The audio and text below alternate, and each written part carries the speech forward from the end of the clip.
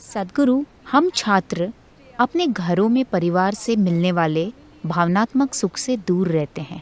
अपने करियर के लिए हम बेहतर अवसर की खोज में बाहर जाते हैं। उसमें हम विपरीत लिंग का साथ खोजते हैं। कुछ लोग रिश्तों में पड़ जाते हैं जो धीरे धीरे शारीरिक अंतरंगता में बदल जाता है। सद्गुरु, सवाल ये है कि फिर हम एक पीढ़ी के रूप में इस पर खुलेआम चर्चा क्यों नहीं कर सकते, या शादी से पहले सेक्स आज भी एक अपवित्र चीज मानी जाती है? देखिए, ये किसी तरह का नुस्खा नहीं है। हर व्यक्ति की अपनी जरूरत होती है। अभी हमें यह समझना चाहिए, इस समाज में हम इंसानी कामुकता को इस तरह संभालते आए हैं। एक लड़की के किशोर वय में आने से पहले उसे बोल दिया जाता था, तुम्हारी शादी इस लड़के से होगी। 6-7 साल की उम्र में शादी नहीं होती, मगर उसे कहते तुम्हारे अंकल का बेटा, उस लड़के से तुम्हारी शादी होगी। लड़के से कहते तुम्हें उससे शादी करनी है। तो उन्होंने एक दूसरे को देखा नहीं है, एक दूसरे से मिले नहीं हैं, मगर उन्हें भावनाओं के स्तर पर जोड़ा जा रहा है। वे चाहते हैं कि एक दूसरे को छूने से पहले वे दोनों भावनाओं के स्तर पर अच्छे से जुड़ जाएं। ये इस संस्कृति की तकनीक है। वे इस तरह संभालते थे। तो जब आप किशोरावस्था में आते हैं, आपका शरीर कुछ खास संभावनाओं में विकसित होता है। तब तक आपकी भावनाएं किसी से जुड़ चुकी होती हैं, तो आप अपने शरीर को संभाल लेते हैं। आप पागल नहीं हो जाते, क्योंकि आपकी भावनाएं किसी से पहले जुड़ चुकी हैं। तो 15-16 साल का होने पर लड़की की शादी कर दी जाती है। 17-18 साल का होने तक लड़के की शादी कर दी जाती है। फिर वे खेती या कारोबार या किसी और गतिविधि को अपनाते हैं। तो युवाओं के जीवन का एक महत्वपूर्ण पहलू सुलझा दिया जाता है। एक चीज है भावना, दूसरी चीज है शारीरिक जरूरत। दोनों को कम उम्र में हल कर दिया जाता है। और उन दिनों 1-2 साल में बच्चे आ जाते थे, तो वो व्यस्त हो जाते थे और जीवन चलता रहता था। ठीक है, आज हमारा जीवन बदल गया है, क्योंकि जब तक आप शिक्षा पूरी करते हैं, अधिकांश लोग कम से कम 24-25 साल की उम्र में होते हैं। पीएचडी का मतलब है 30-35, मैं नहीं जानता कितनी। ये इस पर निर्भर करता है कि आपके प्रोफेसर कितने उदार हैं।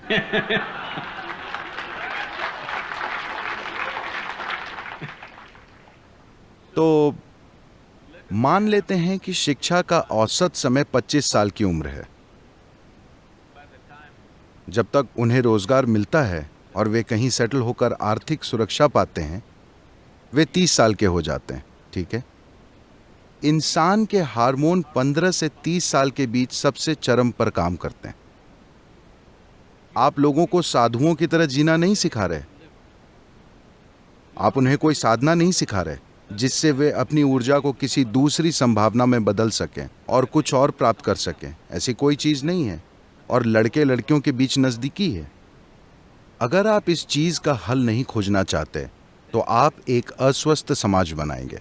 बहुत अस्वस्थ समाज, जो दुर्भाग्य से हमारे समाज में हिंसक तरीकों से व्यक्त हो रहा है, क्योंकि हमने इंसान की मूलभूत जरूरतों का हल नहीं खोजा है। पहली चीज है पोषण। अगर पोषण की समस्या हल हो जाए, आपको समझना चाहिए, पोषण का मतलब है जीवन चलाना। एक बार जीवित रहने की प्रक्रिया का हल हो गया, तो कुदरती रूप से ये प्रजाति कोई एक व्यक्ति नहीं, आप जिस प्रजाति के हैं वे प्रजनन की इच्छा करती है। इसे इसी तरह बनाया गया है। ये प्रजनन की चाहत इस प्रजाति के जीवित रहने के लिए है। अगर लोग प्रजनन नहीं करेंगे तो मानव नस्ल खत्म हो जाएगी, है ना? तो आपका शरीर और दिमाग कई चालें चलते हैं, और जब आप किसी को देखते हैं तो अचानक आपको लगता है वे सबसे खूबसूरत हैं, अचानक आपको लगता है कि वे सबसे शानदार हैं। बाद में आपको कई चीजें पता चलती हैं। Many things. मगर शुरू में सब कुछ अस्पष्ट होता है। देखिए, मैं बताता हूँ। मान लीजिए आप 10-11 साल के हैं। उस समय आपने लोगों को देखा तो वे बहुत साधारण दिखे। अचानक 14 साल की उम्र में किसी के शरीर का हर छोटा उभार अपने आप में एक पूरी दुनिया हो जाता है, क्योंकि आपके हार्मोन हर चीज को प्रभावित करने लगते हैं। एक तरह से आपके हार्मोन आपकी बुद्धि को बंदी बना लेते हैं।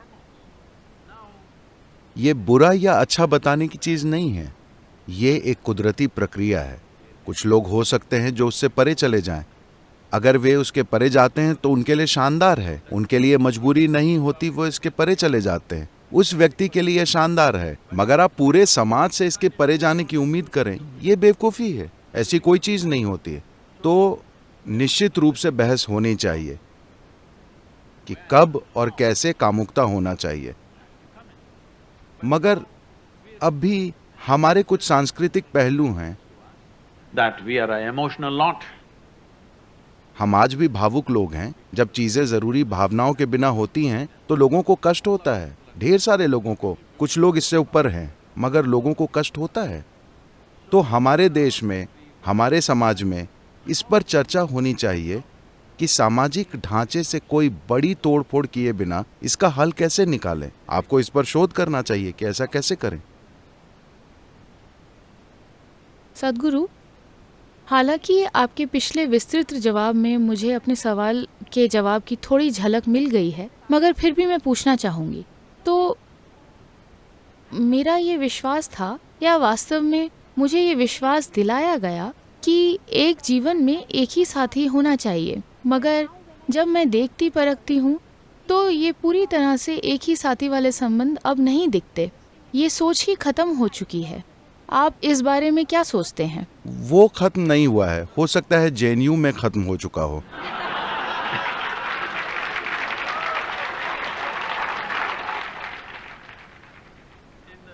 बाकी की दुनिया में ये वाकई खत्म नहीं हुआ है।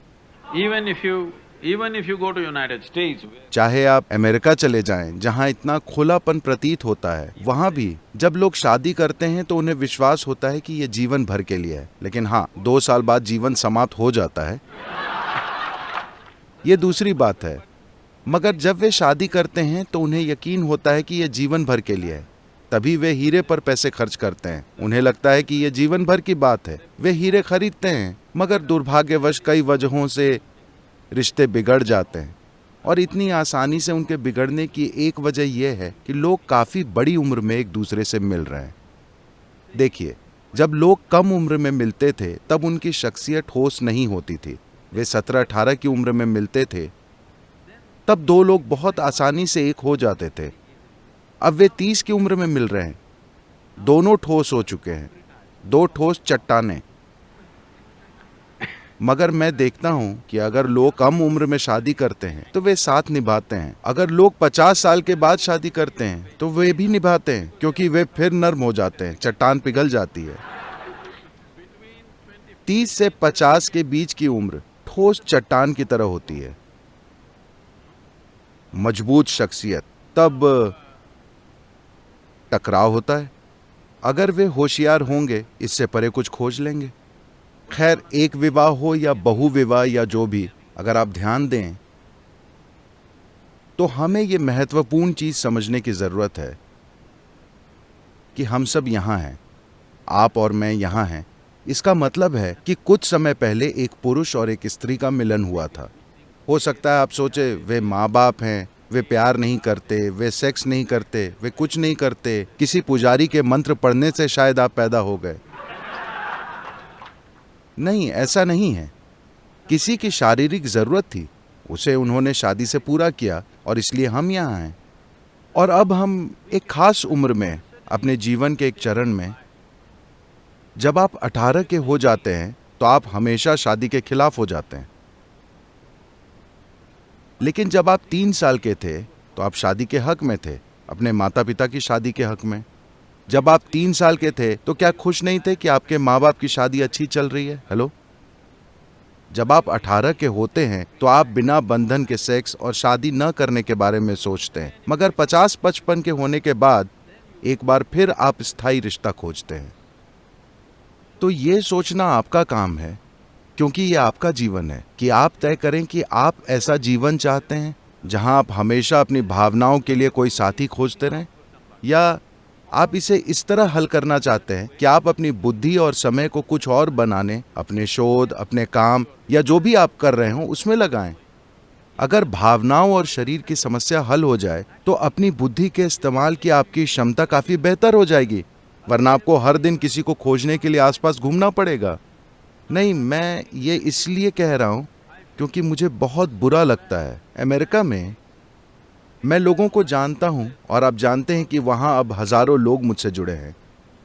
40-45 की उम्र के लोग, मेरा मतलब महिलाएं, शानदार लोग, मगर वे इन चीज़ों में लगी हैं। इन दिनों सब कुछ ऑनलाइन होता है, वरना वे जाकर किसी बार में बैठकर इंतजार करती थीं। आज कोई आकर उन्हें ले जाएगा। ये बहुत भयंकर है। Tinder generation, I'm sorry? Tinder generation. आप इसे जो चाहें कहें, मगर मुझे लगता है कि ये बहुत दयनीय है कि 45 साल की स्त्री को एक उचित माहौल में प्रेम और सम्मान मिलना चाहिए। वो वहाँ बैठकर इंतजार करती है कि कोई अजनबी उसके रास्ते आए और वो अगले 10 मिनट में फैसला करने वाली है, जब वो उसकी ड्रिंक या डिनर का बिल चुकाता है। ये भयंकर दुख की बात है। ये भयंकर है कि आपकी कोई गरिमा नहीं रह जाती। इसका मतलब ये नहीं कि हर कोई उस रास्ते पर जाए, मगर आपको कोई सामाजिक ढांचा तोड़ने से पहले सभी के कल्याण के बारे में सोचना चाहिए। आपको सोचना चाहिए कि उसके बदले एक बेहतर ढांचा ला सकते हैं या नहीं। जीवन के किसी भी चरण में हर किसी को समझना चाहिए, चाहे वो सामाजिक ढांचा या राजनीतिक ढांचा या समाज का मनोवैज्ञानिक ढांचा, उसे तोड़ने से पहले हमें सोचना चाहिए कि क्या हमारे पास बेहतर विकल्प है। एक वैकल्पिक प्रणाली के बिना अगर आप मौजूदा ढांचे को तोड़ेंगे जो काफी अच्छा चल रहा है, तो सब अस्त व्यस्त हो जाएगा।